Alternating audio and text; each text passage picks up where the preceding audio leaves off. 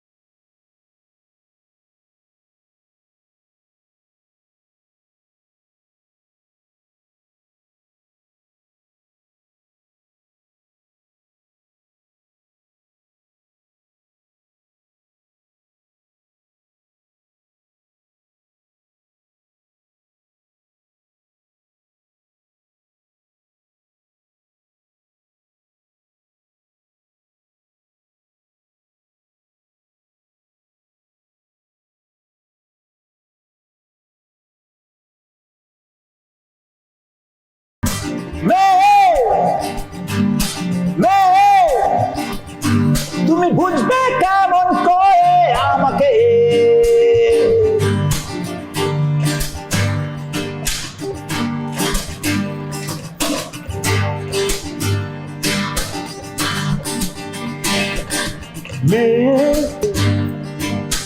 চিনবে কেমন করে আমাকে, তুমি বুঝবে কেমন করে আমাকে।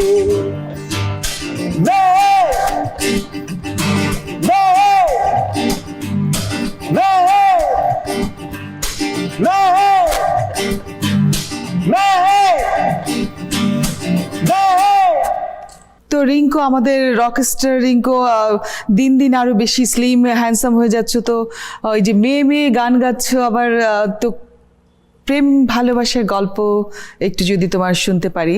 যেমন আজকাল তো আমাদের প্রেমের চেয়ে অপ্রেম বেশি, তাই না? আবার ভালো লাগার চেয়ে বিরক্তিটা বেশি, মুগ্ধতার চেয়ে আবার অন্য কিছু বেশি। তো তোমার জীবনে প্রেম ভালোবাসা কেমন? আমার প্রেম ভালোবাসা, আমার গান, আমার একটা ছোট্ট মেয়ে আছে, আচ্ছা, ওই আমার ভালোবাসা। বাহ। ব্যান্ড আমার ভালোবাসা, মিউজিক আমার ভিতরে। সো ওগুলা নিয়ে বাঁচতে চাই। চিল। তো তুমি তো ইংল্যান্ডেও ছিলা, কিছুদিন ইংল্যান্ডে পড়াশোনা করেছো, তখনও শুনেছি তোমার একটা, ওখানেও তুমি ব্যান্ড করেছো এবং কনসার্ট করেছো। 2006 থেকে 2011 পর্যন্ত ওই সময়টা আমি ইউকেতে কাটাই। তো সেখানে প্রথম দিকে অবশ্য খুবই স্ট্রাগল করেছিলাম, সোলো সিঙ্গার হিসেবে অনেক স্টেজ শো করলাম, কিন্তু ব্যান্ড আমার ভিতরে, মানে ব্যান্ড করতে হবে এটা আমার একটা ভিতরে। তখন যখন আমি ওখানে আমার কিছু ফ্রেন্ড বন্ধু পেয়ে গেলাম, তাদের সাথে একটা ব্যান্ডে জয়েন করে ফেললাম। ব্যান্ডের নাম ছিল দ্য অ্যালপেন গ্লো। সো আমার এখনো মনে আছে, আমার একটা বৈশাখী অনুষ্ঠান হয়েছিল সেখানে। তখন বৈশাখী অনুষ্ঠানে আমি একটা নোভা আপনি নাম শুনেছেন কিনা জানি না, মানে অনেক তখন মানে 90s-এর ব্যান্ডগুলো, অনেকগুলোই ব্যান্ড ছিল, তখন নোভা একটা ব্যান্ড ছিল, তাদের অনেক গানগুলো খুবই পপুলার ছিল। সো ওখানে একটা ব্যান্ড আমরা কাভার করি, সেটা আমরা একটু রক ভার্সন কাভার করি। সো ওই গানটা যখন স্টেজে যখন করি, আমি মানে বিশ্বাস করতে কিরকম হচ্ছে যে দর্শক এভাবে এই গানটাকে নিয়েছে, এবং সবাই মানে মনে হচ্ছে যেন মানে আমি বাংলাদেশে আছি এরকম, এই কনসার্টটা এরকম ভাবে আমার মনে হয় মেমোরেবল ছিল। তাই না? তো ওখানে জীবনটা কেমন আর এখানে জীবনটা কেমন লাগছে? প্রথম দিকে আসলে এখানে আসার পরে আমি প্রথমে একটু বিচলিত হয়েছিলাম, সেটা কারণ এখানে যত মিউজিশিয়ান যারা আমরা আছি এখান থেকে মানে ইউকেতে অনেক বেশি মিউজিশিয়ান, এবং ওখানে অনেক শো হতো, আর এখানে হতো। কিন্তু এখন আমি দেখছি যে ক্যানাডা অনেক বেটার, কারণ ক্যানাডাতে অনেকগুলো শো হচ্ছে, ভালো ভালো কনসার্ট হচ্ছে, এবং কোয়ালিটি কনসার্ট হচ্ছে। আমি মনে করি আমাদের টরন্টো বেটার। হ্যাঁ, এখন আমি মনে করতেছি যে মানে এখানে অনেক ভালো হচ্ছে, শোগুলো ভালো হচ্ছে।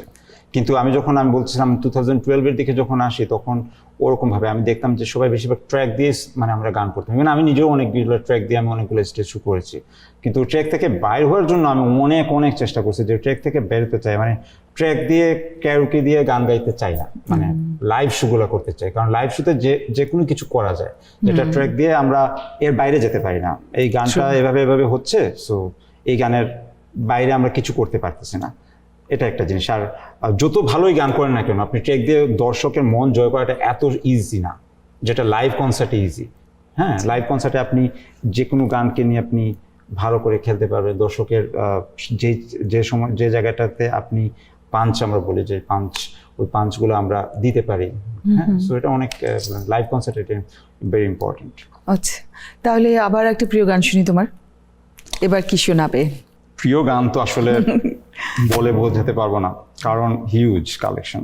তো আমরা ওখানে যাচ্ছি না, মানে ওখান থেকে বেস্ট কিছু গান আমরা চেষ্টা করি, দেখি যে কি তোমার বেস্ট শোনাও। দর্শক দেখছেন আমাদের যে সুপারস্টার দুজন আছে, ওরা আসলে ব্যান্ডের গান বেশি ভালোবাসে, আমাদের রিঙ্কো, এবং সাথে মিউজিক করছে আমাদের ওভিক। ব্যান্ডের গানটা আসলে আজকে যারা ব্যান্ড বেশি পছন্দ করেন তাদের সবচেয়ে প্রিয় গানগুলি নিয়ে এসেছে আমার মনে হচ্ছে।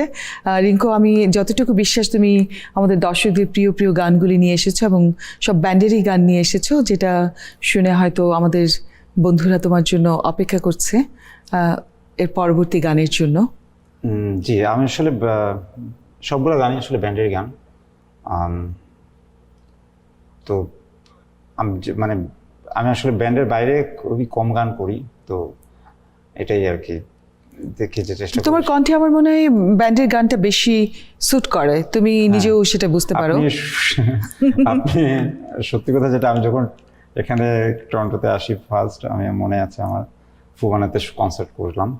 তো ফুবানাতে যখন আমার নিজের একটা গান করেছিলাম তখন, যাই হোক, তারপর একটা গান করেছিলাম কাভার সং। কিন্তু আমার তখনকার আমি বলতে গেলে আমি তখন প্রায় সময় আমি অন্যান্য গান গাইতাম, কারণ আমাকে যখন ফ্রেন্ড বন্ধু যাদের সাথে আমার পরিচয় ছিল তখন সেই সময় সবাই বলতো যে এখানে ব্যান্ডের গান চলবে না, এখানে ব্যান্ডের গান চলে না, এখানে কেউ ব্যান্ডের গান শুনতে চায় না। তো আমি বললাম, ওয়াই ম্যান, কেন এখানে গান শুনবে না কেন ব্যান্ডের গান? মানে আমরা কি এত ব্যাকডেটেড? মানে আমরা কি বুঝি না। তো যাই না, কোনো একটা সময় ছিল, সেই সময়টাতে আমি বাচ্চুকের সেই তুমি গানটা আমি কোথাও একটা পারফর্ম করেছিলাম ওই জায়গাটাতে। আমি দেখি যে সত্যি সবাই এত এই গানটা শোনার পর আমাকে এসে সবাই ধরতেছে যে কেন এত অ্যাকসেপ্ট করে ফেললা, তুমি কই ছিলে এতদিন? আমি বললাম, আমি তো এখানেই ছিলাম, আমরা চিনি নাই, দেখেন নাই কখনো। বলে যে না, তোমার দেখছি, কিন্তু তুমি তো অন্যান্য গান গাও। তো আমি বললাম, আমি অন্যান্য গান গাই, কিন্তু আমি আসলে সাহসও করতে পারি না যে ব্যান্ডের গান কি এখানে চলবে। কেউ বলে যে ব্যান্ডের গান এখানে চলে না, ব্যান্ডের গান এখানে কি শুনতে চায় না। তো আমি বললাম যে আপনার যে এভাবে মানে গানটাকে এভাবে নিবেন আমি ভাবতে পারি। তো আমার ওই দিন থেকে আমার মানে পুরো হচ্ছে আমি যখনই কনসার্টে যাব আমি ব্যান্ডের গান গাইবো। এটা ভালো যে তুমি আমাদের এই চিন্তাধারাটাকে বদলে দিয়েছো, তো সবাই আবার পছন্দ করতে শুরু করেছে। তবে এখানে ইয়াং জেনারেশন তো কিন্তু ভীষণ পছন্দ করে, একদম পাগল হয়ে যায় ওরা ব্যান্ডের গান যে শোনার জন্য। আপনারা তো দেখছেন জেমসের কনসার্ট হ্যাঁ। হলো মানে ফুল হাউস, তারপরে হাউসফুল, তারপরে কিসের গান, ইভেন আমরা বুড়াবুড়িরা গিয়েও তো একদম পাগল হয়ে যাচ্ছিলাম নিচে, না? হ্যাঁ মাইলসের কনসার্টে তো গেলেন, মাইলসের কনসার্টে এলআরবি কনসার্ট হলো, তারপর অনেকগুলোই কনসার্ট হলো। সো সবগুলো কনসার্টই আমি দেখলাম যে সবাই এনজয় করলাম, আমিও তো এনজয় করলাম। আচ্ছা, আপনি এখন তো সেই দিনগুলো মনে মনে যে বেশি দিন আগের ছিল না।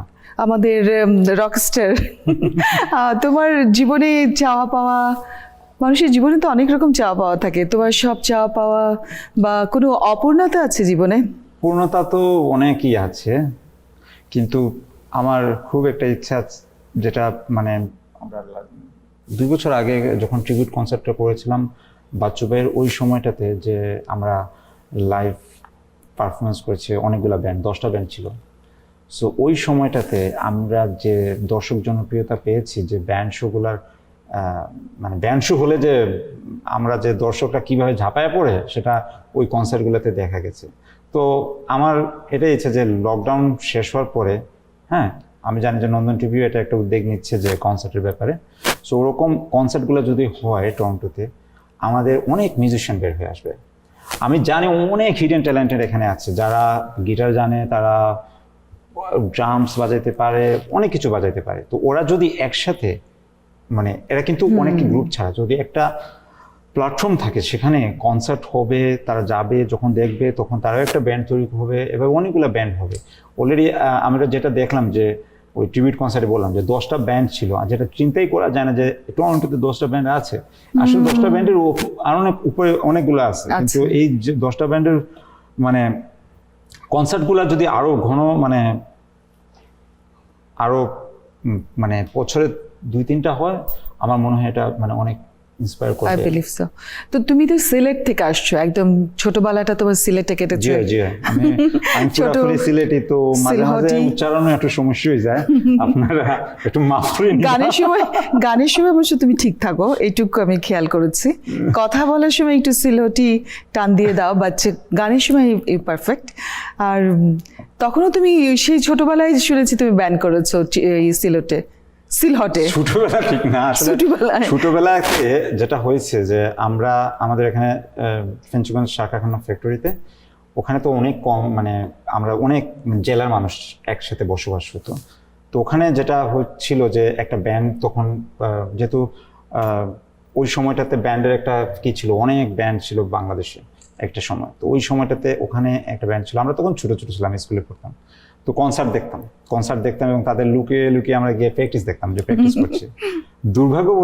সৌভাগ্যবশত যেটাই বলেন, তাদের দুর্ভাগ্য আমার সৌভাগ্য, যেটা হচ্ছে যে আমি ওই ব্যান্ডের আবার ভোকালও হয়ে যাই মাঝে। হ্যাঁ, যখন একটা সময় বড় ভাইরা চলে যায় আর কি বিভিন্ন কাজ, যেহেতু জব অনেক কিছুতে বাইরে চলে যায় দেশের বাইরে, তখন ওই ব্যান্ডটাতে আমি ভোকাল হিসেবে কিছুদিন ছিলাম, তারপর তো ইউকেতে চলে যাই। তো কিন্তু যতদিন ছিলাম। তো তুমি ভোকাল হয়েছিলে কি গান শিখে, না জাস্ট গাইতে গাইতে ভোকাল? আমি আসলে প্রথম যখন শুরু হয়েছে তখন আমি ক্লাসিক্যাল দিয়ে শুরু করেছিলাম। আমার ছোটবেলা যেহেতু ভাই বোনরা তো সবাই তো মানে পিতা বলতো যে দেশাত্মবোধক গান করো, হ্যাঁ রবীন্দ্রসঙ্গীত সবই, যখন এবিসিডি আর কি শেখা গানের এবিসিডিতে, তখন ওই রকম গানগুলো করা হতো। তারপরে যখন একটু বড় হলাম, ক্লাস 6-এ যখন পড়ি, তখন আমার মনে আছে যে ক্লাস 6-7-এর দিকে, তখন দেখি ব্যান্ডের অ্যালবামগুলো, এই যে টিফিনে টাকা জমিয়ে আমরা ফিতার ক্যাসেট ছিল তখন, ফিতার ক্যাসেটগুলো তখন আমরা অ্যালবামগুলো কালেকশন করতাম। আর ওই অ্যালবামগুলো আমার মনে আছে, অনেক কষ্ট করে অ্যালবামগুলো, আমরা নতুন একটা ব্যান্ড আসছে, ওই ব্যান্ডেরও গান আমরা অ্যালবাম কিনি, ওইটাও শুনি। তারপরে যখন ওই অ্যালবামের একটা সময় ছিল যে ওই অ্যালবামগুলো আবার ফ্রেন্ড বন্ধুরা ধার করতো, যে তুই 1 সপ্তাহ রাখ, আমি 1 সপ্তাহ রাখি, তুই 1 সপ্তাহ রাখ, আমি 1 সপ্তাহ রাখি, এভাবে আমরা গানগুলো শুনতাম। আসলে ওই স্মৃতিগুলো আসলে এখনো মনে পড়ে। তো তোমার বেসটাই হচ্ছে ব্যান্ডের উপর দিয়ে, তুমি শুরু থেকে এই পর্যন্ত আমি ব্যান্ডের প্রতি আমার এটা ছিল, যেহেতু আমি বললাম না তখন আমি অনেক ব্যান্ডের গান শুনতাম, এবং নতুন নতুন ব্যান্ড যারা তাদের গানও শুনতাম, আর যারা তো অলরেডি এস্টাবলিশড ব্যান্ড, এলআরভি, ওয়ারফেজ, তারপরে জেমস ভাইয়ের নগরবল ছিল তখন। আচ্ছা, তো চলো আবার একটা ব্যান্ডের গান শুনে ফেলি।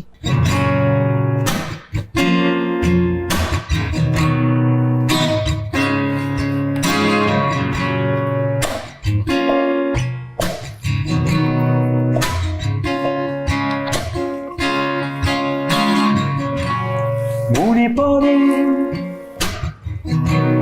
সেই রাতের কথা, তুমি আমি নদী তীরে একা বসে, কত যে গান, কত যে সুর, কত যে কথা।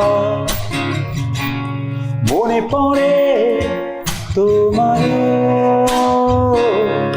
বলো না আমার তুমি, বলো না, বলো না আমার তুমি, বলো না।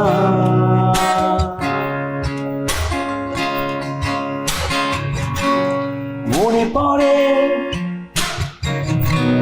সেই দিনের কথা, কেঁদেছিলে, আমি তো কখনো চাইনি তোমার কষ্ট দিতে, তুমি কি তা জানো না, বলো না আমার তুমি, বলো না, বলো না আমার তুমি, বলো না।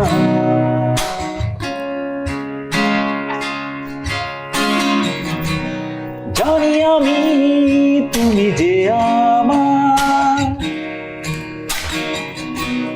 তবু কেন দিশেহারা, ভাবি আমি তুমি যে পাশে, তবু কেন আছো দূরে। মনে পড়ে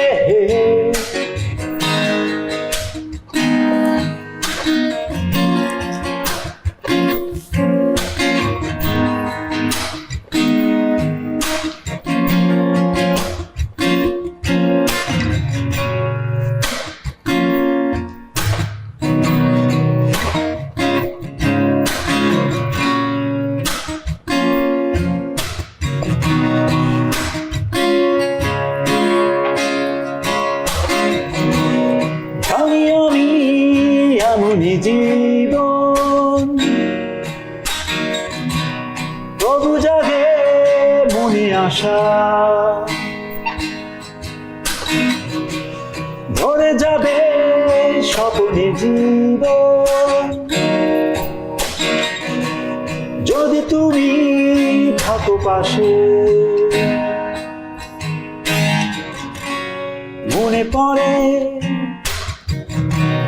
সেই রাতের কথা, তুমি আমি নদী তীরে একা বসে, কত যে গান, কত যে সুর, কত যে কথা। মনে পড়ে কি তোমার, বলো না আমার তুমি, বলো না, বলো না আমার তুমি, বলো না, বলো না আমার তুমি, বলো না, বলো না আমার তুমি, বলো না।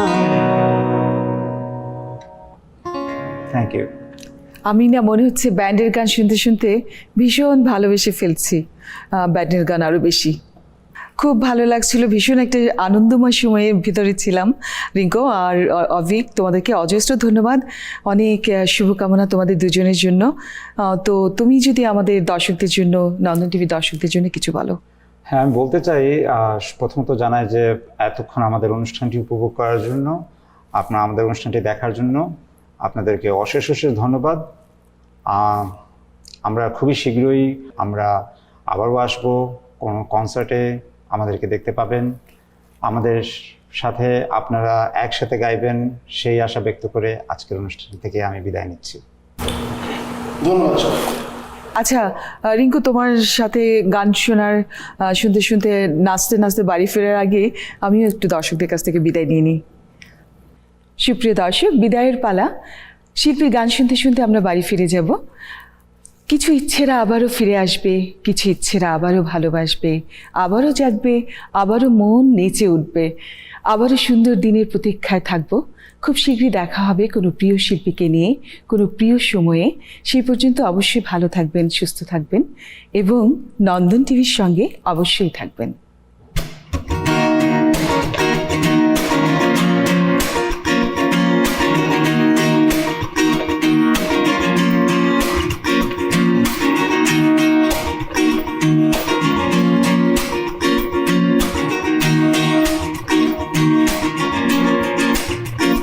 মীরাবাই এই হেলা এই দুলা এই হেলা দরবার নাচায়। মীরাবাই হেলা দুলা এই হেলা দরবার নাচায়। হেই ঝাকনাকা ঝাকনাকা ঝাকনাকা দেহ দোলানা, মনে বল মনে বল দেহ ঝোকানা। হেই ঝাকনাকা ঝাকনাকা ঝাকনাকা দেহ দোলানা, মনে বল দেহ ঝোকানা।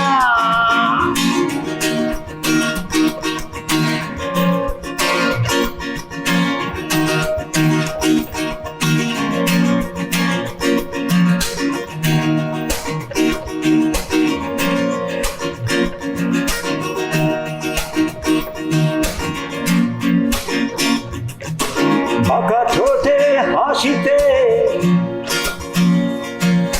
হরিণী চোখের ইশারায় সারা অঙ্গে ঢেল তুলিয়া ঠমকে ঠমকে কমর দুলাইয়া মীরাবাই হেই ঝাকনাকা ঝাকনাকা ঝাকনাকা দেহ দোলানা, মনে বল দেহ ঝোকানা।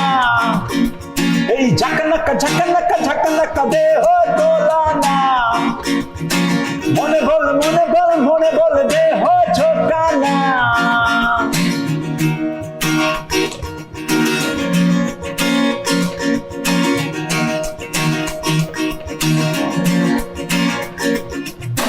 বনফুলের সুবাসে বিরহী মনের কামনা সারা জলসায় মাতম উঠাইয়া ঝানানা ঝানানা ঘুঙুর বাজাইয়া মীরাবাই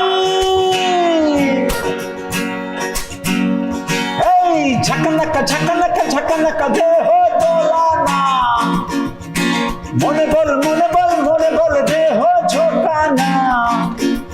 এই ঝাকনাকা ঝাকনাকা ঝাকনাকা দেহ দোলানা, এই মনে বল দেহ ঝোকানা।